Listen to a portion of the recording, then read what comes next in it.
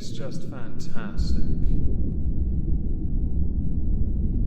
Captain's log, subdates 220128.4. We arrived at our destination, but unfortunately it was an ambush, so I left them to get beaten, tortured, and used as a slave, the envoy that is. So I'm now making the journey back to Arcadia. Pretty dull. I probably should have turned the cloak on though. Welcome everyone to This Week at Twitter, or Twat. So first, did any of you know that Shani for Christ was still on YouTube? Now if you don't know who Shani is, I'm going to link two videos by IrrateAlex and Cecil McFly down below. Well, with Shani back on YouTube, yes, she's back on YouTube, many people are keeping a close eye on her. After she was yeeted last year, and then yeeted everywhere else, over and over and over and over and over and over and over and over and over and over again, she persisted and eventually has somehow managed to get a channel called The Cult of Shani LOL. One word. The channel is mostly her doing something new and innovative, where what she does is she live streams and here's the hook,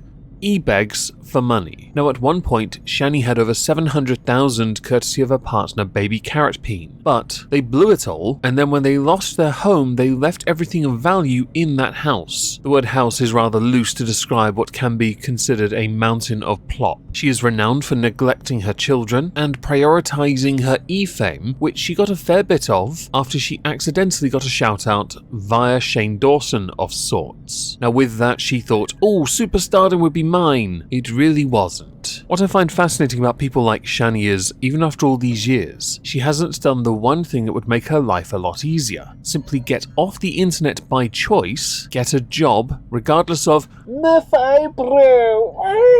and simply work. Many people work through pain, and based on a lot of the behaviors and actions and movements you do, I think you can do a little bit of work. Even if it's something as menial as cleaning. I know it might be beneath you, but even I have a job away from this. My job is cleaning, and I'll be honest with you, you'll find it therapeutic. Put some music on and get the job done. You know, this might be one of the very first times I've ever mentioned Shani on this channel. Leave a comment and I might make a little video on her current channel. Do let me know, of course, if you want it. So next, Hassan Piker. Everything is fair use if the copyright holder doesn't care about pursuing a DMCA claim. Be smart. Don't watch entire movies, Viacom Disney crap or new EPs, and stop snitching. Video games are a great example of this. Technically, all the games we play on stream are still subject to copyright laws, but the industry recognizes the influence and benefit of streamers playing their games. This is why it is super rare for a pub to pursue copyright. This tweet is in connection to Pokimane getting into trouble for 2 days concerning the whole her watching episodes of Avatar on stream. For the sake of legal advice from Hassan here, I have advice for you. This is one of the stupidest legal takes you could make. You can, I'm going to quote Claudia Brown here, make the legal defense that if a copyright holder doesn't enforce their copyright, then they have ceded their copyrights. But that is a legal defense, not a slam dunk guarantee you'll be fine. Do not take legal advice from Hassan. He really shouldn't be giving it, given that what he does almost certainly wouldn't be defensible if one of the copyright holders actually sued him. And yes, if they came for him for that, he would get into trouble. I'm going to be doing a video on Monday in regards to a channel, I believe, that has been false flagging people simply for criticism. And there is a vital difference between false flagging and outright stealing someone else's content. It is a false equivalence to compare TV shows and movies to that of video games, and it is really bad legal advice. It's possible Hassan was joking, but I'll be honest, considering how serial he always looks, it's impossible to tell. So next, Carvos. Man, I would love to have a boxing match with Def Noodles. That guy needs a smack. Don't know why I even thought the guy who would block people for just saying my name would box, LOL. The reason that Carvos tweeted this out is because Def Noodles is really going off on one, and it shows in his content. Not just on YouTube, but also on Instagram. And no, I'm going to save you the hassle, I'm not going to go through it with you. Needless to say, Def Noodles' hate boner for a number of people, more notably Keemstar, is hilarious, to the point where when he ditched the obnoxiously voiced cat ear Minecraft housed character, yup, to then reinvent himself as just Dennis. What we actually got for entertainment was a man slowly losing his marbles, using profanities in every other word, which means they've lost all meaning, by the way, Def Noodles. Less is more. Learn this. His outrage over literally everything, and anger at Keemstar for being Keemstar, how dare he exist, exist, be irrelevant and all this blah blah nonsense. And also, let's just admit it here for a second, Def Noodles has been trying to suck Ethan Klein off for a while. Carvos, rather interestingly, has been blocked by Def Noodles not only on Instagram, he had been blocked on Twitter before Def Noodles kept losing his accounts, which is another thing he blames Keemstar for, because even though Keem said he was trying to help him, it actually meant that Keemstar was trying to make sure he never came back to the platform. Okay, it's not because you kept violating TOS and then circumvented a ban. No, it was Keemstar. He also has Carvos blocked on YouTube, which makes it hard for him to comment under Def Noodles' videos, yet at the same time, Def Noodles will use comments Carvos has made via tweets, but block out Carvos' name. He is that petty. Now, while we're here talking about the suspensions, the multiple suspensions, I'm going to use Rich Lux and move on from that to talk about this hate circle. Rich Lux. Love you, babe. Well, Keemstar and Def Noodles start huge drama over Twitter suspension. What are your thoughts? Underneath is a picture which are derived from Def Noodles' Instagram, where it says, Keemstar tries to slander Def Noodles over Twitter suspension. Dear Defamation Noodles, quit lying about why you were banned on Twitter. With Def Noodles then saying that Twitter never gave me a real reason for my original suspension, leaving ample room for bad actors like Keemstar to blah blah blah blah blah blah blah. I thought it was because of false news. I could be wrong. Underneath, Keemstar, Twitter never gave him a reason why he was suspended. Okay, then why is he saying I got him banned? Doesn't even make sense.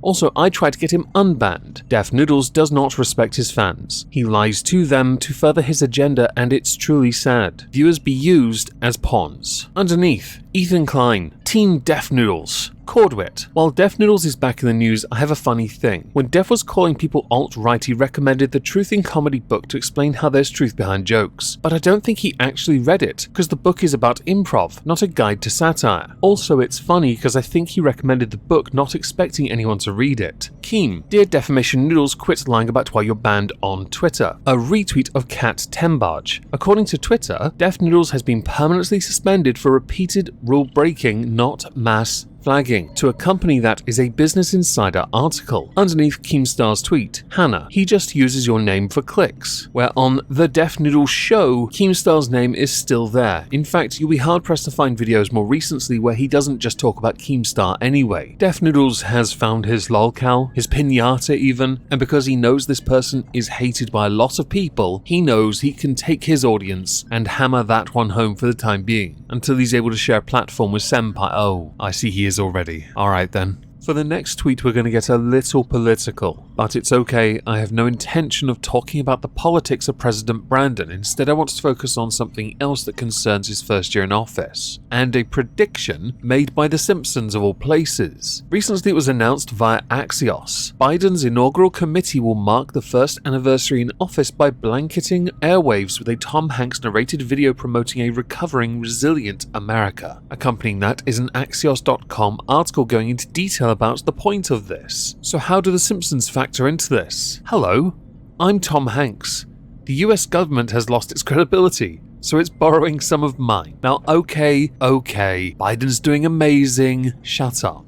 No politician does amazing. Learn to introspect. All politicians suck, alright? They all suck and you all know it. Blindly ignoring the failings of anyone in office is pathetic. And this is not a case of, But Trump isn't in office now, is he? So don't try me with that. This won't work. Stop it. I just found it fascinating that Tom Hanks was trending because The Simpsons predicted that he'd be used to essentially use his reputation, his name and face and all, to do something for the US government, which can be parodied as them borrowing credibility. So next we're going to go to Jamie Oliver. Now, Jamie Oliver is a chef in the United Kingdom who is famous for being the naked chef. I actually don't know where the name comes from, but I do remember watching this show with him doing some things for his friends. It was entertaining. His work to improve school lunches is quite legendary, especially with parents sneaking in fish and chips for their children at lunchtime. He's also famous for cooking dishes that are deemed cultural appropriation, for example, punchy jerk rice, along with having his own recipe for jollof. So as to negate any further criticism, he has decided that he's going to now employ cultural appropriation specialists to check his recipes to avoid potential insensitivities. You're paying someone to check the feelings? I think I speak for many when I say I don't really care what the color of your skin is or the culture you come from is. If you know how to cook something in your own way or in the way that is traditional, then do it.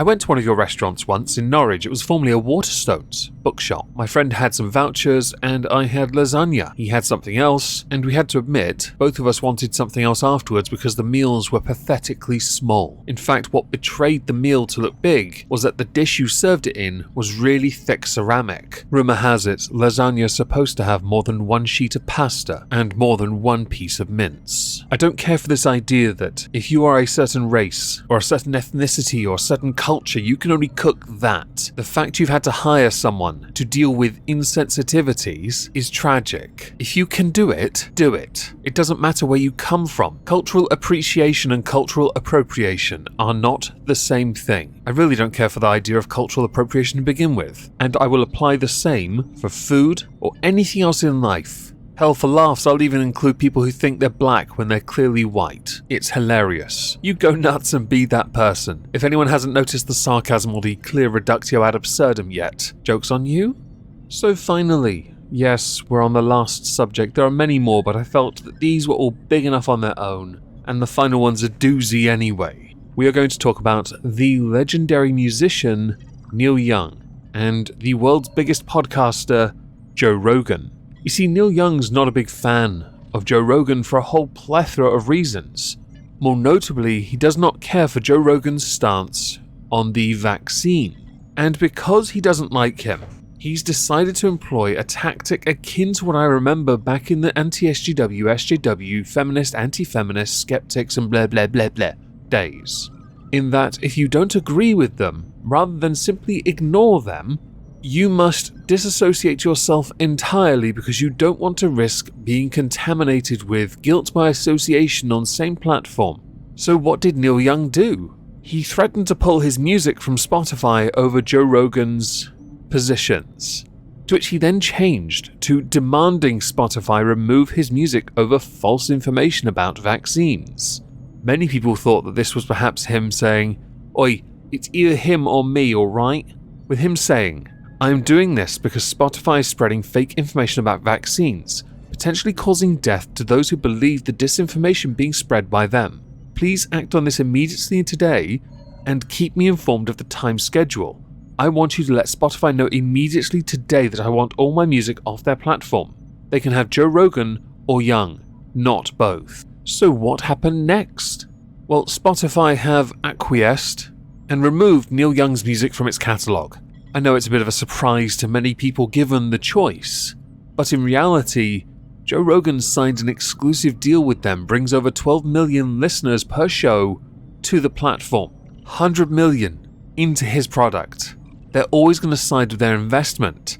They are not going to side with Neil Young because Neil Young does not have an exclusive deal with them. But what I found interesting is, Neil Young made the demand to have all his music removed. Thing is, he doesn't own all the rights to his music anymore. He did own a fair bit of it, but in 2021 he actually sold 50% of the worldwide copyright and income interests to another place, to another person, another entity, another body. So I'm wondering if they'll remove all the songs or just, the songs that he does own. Now this all led to #delete Spotify trending, to which I replied, "No thanks.